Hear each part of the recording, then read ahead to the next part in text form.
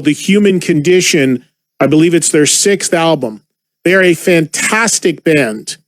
Talk about bands that plug in and truly bring it and play 100% live. They absolutely do that. I have a tremendous amount of respect for their work ethic, the way they built their following, the way they built this band. I mentioned on the air last week, the first time I saw Blackstone Cherry play live, they were kids. They were on a bus. Their parents, some of their parents were with them. They were so young. And they were opening for Buck Cherry at the time. It was at a club in Pennsylvania. I remember it very clearly. And they have just been out there touring nonstop, making great music and playing all over the world and building it the old-fashioned way.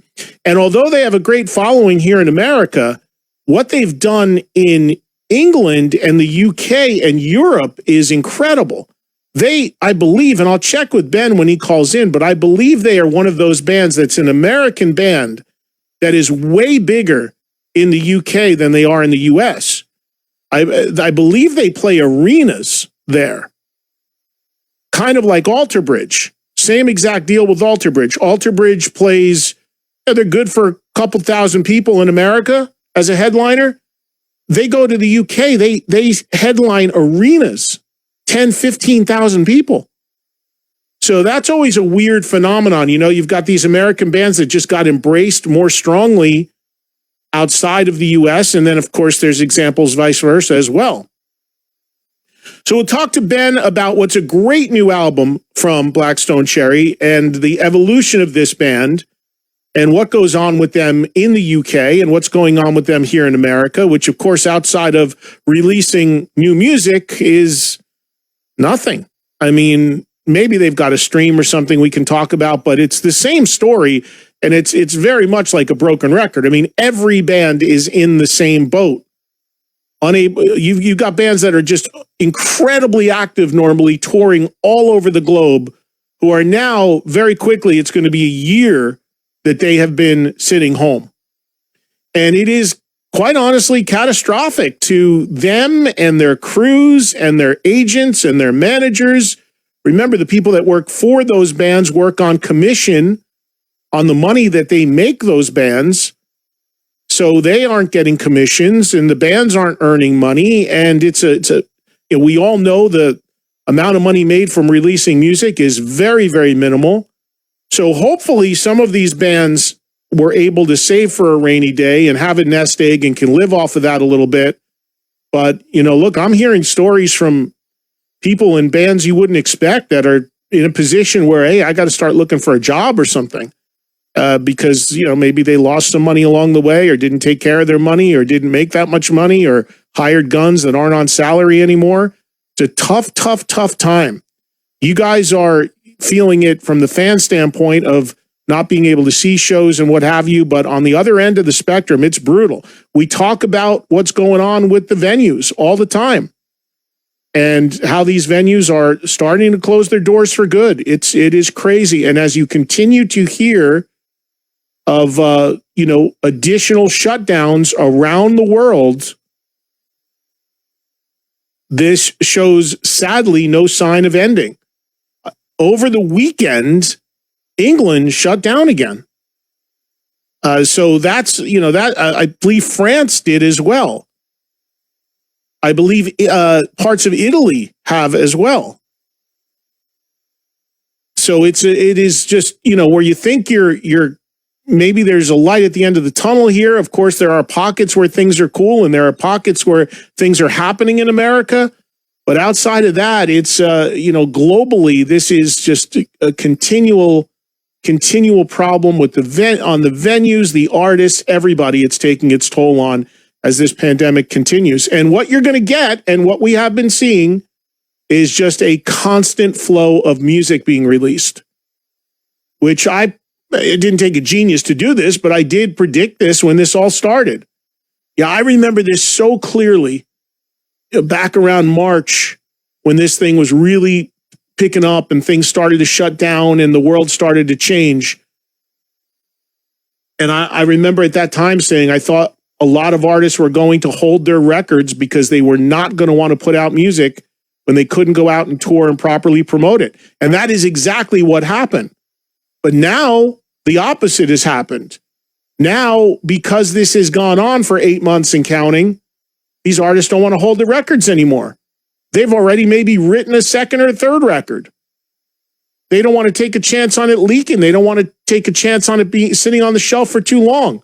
How many examples of that have we heard on this show alone? Rob Zombie on this show last week said exactly that. He put out a new song on Friday, which again, I think Rob is just messing with everybody in radio because his song titles and album titles are ridiculous. Great music, but ridiculous. And Rob was saying on the air with me, if you heard the show when he called in on Wednesday, it's like, yeah, the record was done for a while. We were waiting for the pandemic, but screw it. He goes, I'm writing another record already. I got to put this out. AC/DC. I told you guys back in March, I saw a solicitation for advertising for an AC/DC record. In interviews you've heard from those guys, same thing. Yeah, that's when we were going to roll. Pandemic hit, we decided to hold it. Now the thing's going so long, screw it, we got to put it out. So you have bands that are perennially like, make their life on the road. AC/DC would be touring if they wanted to. We don't know really with AC/DC. That's a unique situation. Those guys are older. We don't know even if there wasn't a pandemic how ambitious they'd want to be with touring.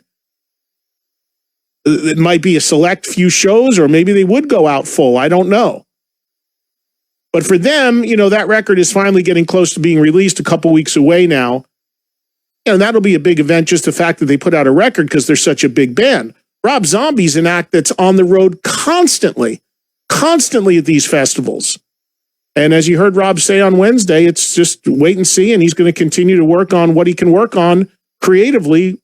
And a guy like Zombie has been successful enough in his career that he can hold the fort financially, personally, I'm sure with no problem.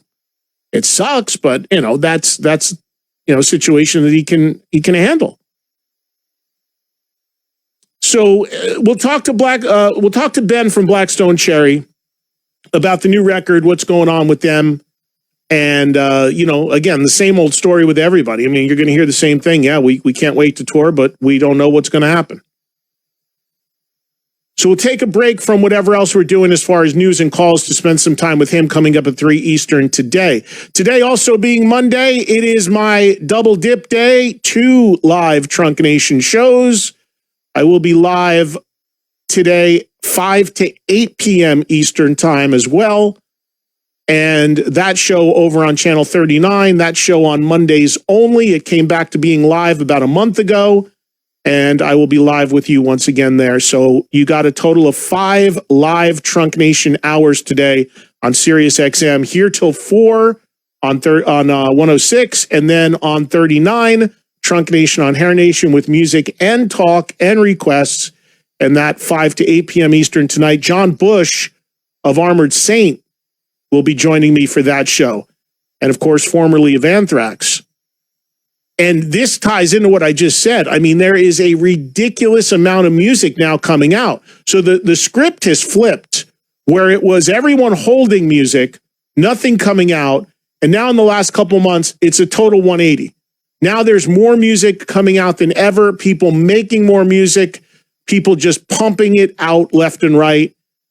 A lot of product coming out. I've got a stack in front of me of books about 8 high. I don't have time to read all the books. Don't have time to watch all the streams. Don't have time. It's just too much. And I understand people's need to do it, and it's artistic expression, and in some cases it's money generated, and that's all great. But I mean, it's hard to take it all in. And sometimes stuff even falls between the cracks for me. John Bush hit me up over the weekend and was telling me about the Armored Saint record. And I said, John, you got to excuse me, man. I said, I did the record come out? I said, that's how crazy it's been. He goes, yeah, we got great chart positions and this and that. I go, great. I only got 2 live shows this week before I go on vacation. I'll put you in the Hair Nation show. I can play a track. He said, great. So it's just, you're trying to manage everything, and everybody's like, got different stuff going on, and keeping track of it can be difficult between streams, releases, books, videos, lyric videos. That is a real steady stream right now of stuff because there's nothing else for these guys to be doing. So live till 4 here, 5 to 8 p.m. Eastern, live on 39 with John.